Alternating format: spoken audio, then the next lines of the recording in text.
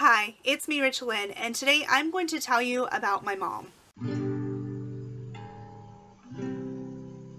So for several months now, I have been telling you about how my mom is really sick, and I've just kind of been leaving it at that. I haven't given any other details. I kind of wanted to, but I couldn't make it through that conversation, and I'm really hoping that I can make it through this conversation today because I want you to know what's going on. It's not something that I want to keep a secret, but even just the thought of telling you what it is, I'm feeling the emotions right now. I knew that it was going to be something really, really hard to do. I just had to get myself mentally there, and I'm still not even sure if mentally I am there to tell you what's going on, but I'm going to try. So my mom is very sick, and this actually goes all the way back to when I was about 8 years old. I think I was 8 years old.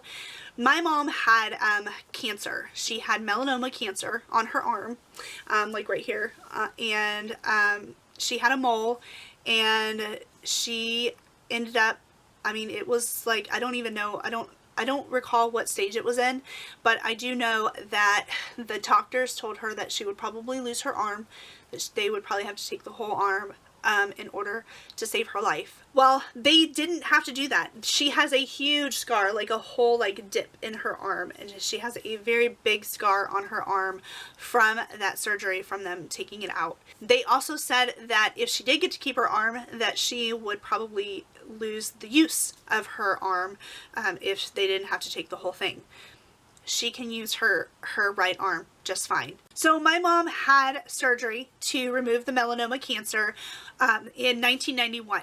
At this point in time, this was actually shortly before they started testing blood and for things like blood transfusions in the hospitals and things like that. So my mom actually had a blood transfusion when she was in that surgery to remove the cancer. We didn't know this until about 25 years later, but my mom actually ended up with hepatitis C, and we are about 99% sure that it came from that blood transfusion. Of course, we cannot prove it, so we can't sue a hospital or anything like that because there's no way to prove it. I don't know if you know anything about hepatitis C, but it basically just destroys your liver. It takes about 20 to 25 years to do that. And my mom has had so many surgeries. She's had brain surgery. My mom is epileptic, and they actually did brain surgery on her, I guess maybe about 5 years ago now, maybe even a little bit longer than that. She had brain surgery that really, really helped with her not having as many seizures. She's had knee surgery twice, one for each knee, and in all of that, they never once tested her blood for anything like hepatitis C or any other things like that. I guess that's not really common practice. I'm not in the medical field. I don't know anything about that, but it's just kind of frustrating to know that my mom had all these other surgeries and all these other procedures, and never once did anybody ever find this hepatitis C that was just living in her and just literally destroying her liver over the last 25 years. Now, it's been several years since they first found it. She has been cured of the hep C, but they didn't find it until her liver was just pretty much destroyed. So in the last year, my mom has gotten much, much worse. Actually, since about August of 2018, she went into the hospital, and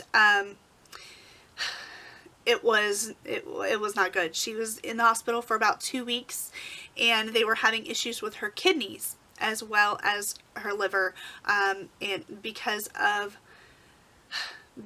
her liver has not been working properly, it is now destroying her kidneys as well. They put her on more medicines. They've been changing things around, doing more and more, and they basically said, you need a liver transplant. And if you don't get a liver transplant, you don't have much longer here on this earth. So my parents started the process to get onto a liver transplant list. We've learned a lot in the last 6 to 8 months as far as what that's like. I don't know about you, but I was under the impression that there's one big list for the whole US, and you just get on that list, and depending on how bad you are is where you are on that list, and that's the way that it works. Well, that's not the way that it works. The lists are in different regions, and my mom went to one of our local hospitals here in October. She went one day to just go get some preliminary tests, and they didn't let her out for 3 weeks because of her kidneys. They could not get her kidneys, they couldn't get the levels where she needed to be in order to be released. So she went in just for a day that was supposed to be tests and stayed there for 3 weeks. That was extremely hard. While she was at the hospital there, we were told that if she did not receive a transplant, a new liver soon, then she would not be here next year. Very likely would not be here next year.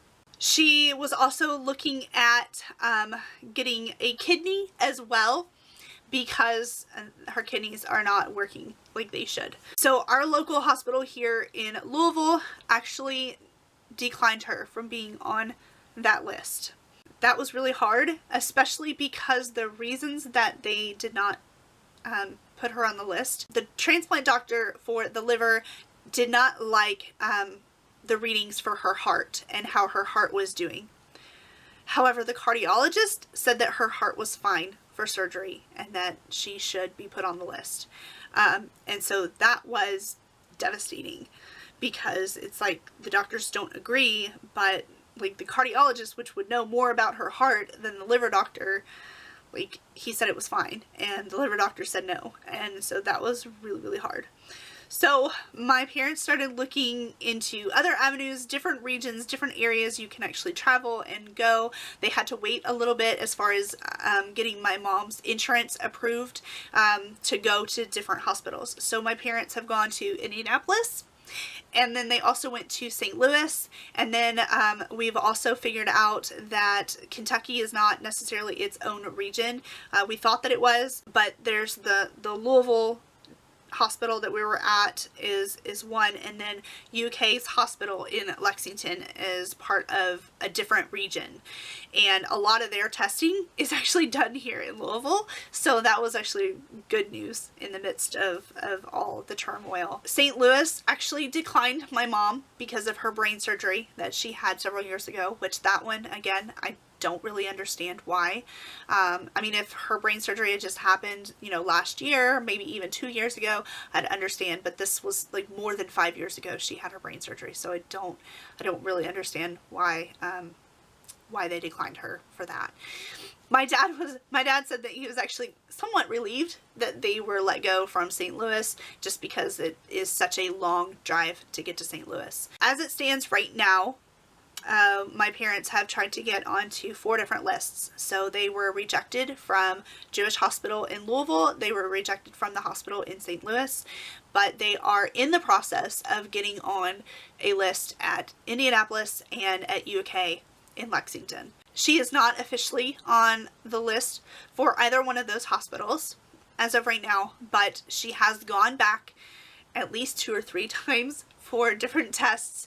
They keep wanting different tests, and they keep saying, so far everything looks good, so far everything looks good, you will probably be put on the list. All the doctors agree. All the doctors say that she's doing okay. She has gotten to the point now where she does need both a liver and a kidney. Back in the summer, I think it was just the liver. Had she gotten a transplant like right then, her kidney function probably could have come back, but because she has continued to live with the liver that she has that is no good, it has continued to destroy her kidneys as well. The good news on that is that we were told that getting a liver and a kidney is not any more difficult than getting just a liver. So not too long ago, my mom went back to the hospital because of a test that she got in Indianapolis, and then actually while she was at the hospital, UK called and said, hey, you have this thing that you need to get checked out. So this just happened a couple weeks ago. My mom is home now. She was in the hospital for a week.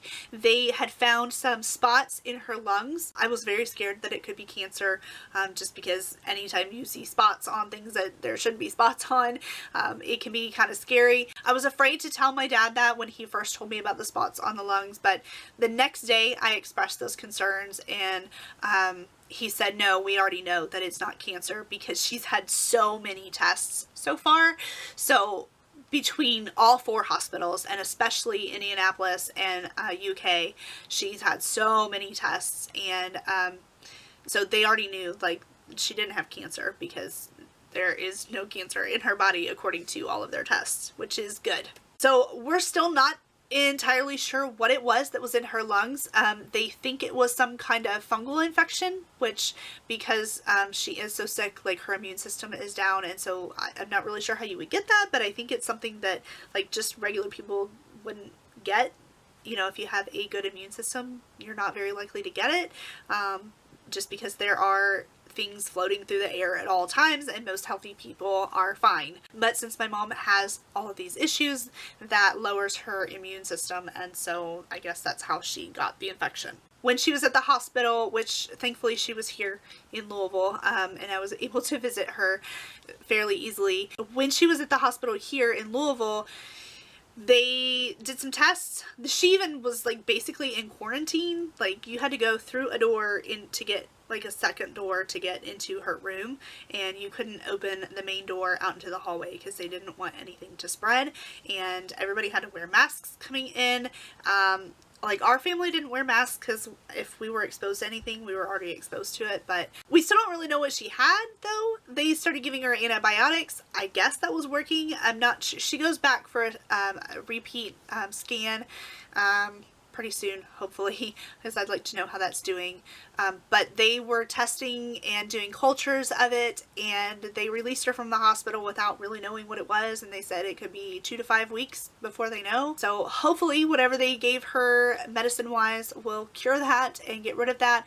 And I mean, she's not going to be able to proceed as far as getting on the transplant lists until that is taken care of. She has gone to do some more tests in the meantime, and then she's also trying to get, like, other doctors' notes as far as, like, her neurologist, and just, like, so many doctors, so many tests, so much of everything. Needless to say, this has been extremely difficult for my family. So in my budgets, I've put a family time line in there, and that is just spending time with my family, whether that's going out to eat and my dad's not going to pay for me that time. Maybe that's going to the fair like we did last August. Maybe it is going to Florida one last time. Maybe she gets put on the list in Indianapolis and she gets a liver, and then she's gonna have to spend 3 months in Indianapolis if that happens, and I'd like to go visit her. So that is what that sinking fund is for. It is family time, whether it's just spending a day with my family or whether it is literally going on a trip. Hopefully it would be a trip to visit her in the hospital because she has a transplant and she has a new liver and a new kidney and she's doing better. But if it's not, I want to be with my family no matter what. As hard pressed as I am to pay off debt as soon as possible, my family is way more important than paying off debt. And so putting a little bit of money aside for family time, no matter what that family time means, is really important to me. I do want to thank you for not really questioning that in my budgets, and not really saying, like, why is that in there, or, you know, paying off debt should be your #1 priority. But I feel like there are some people out there that would say that to me, whether they thought it in their heads and just didn't type it, or whether they haven't seen any of my videos yet and they would say it. But I just feel like there are some people out there that would say that. But my family is more important. And that sinking fund is there for any scenario that comes up with my family. Right now, I don't have any other information to give you as far as what's going on with my mom. But as new information comes about, I will let you know. Thank you so much for watching, and I'll see you in the next one. Bye.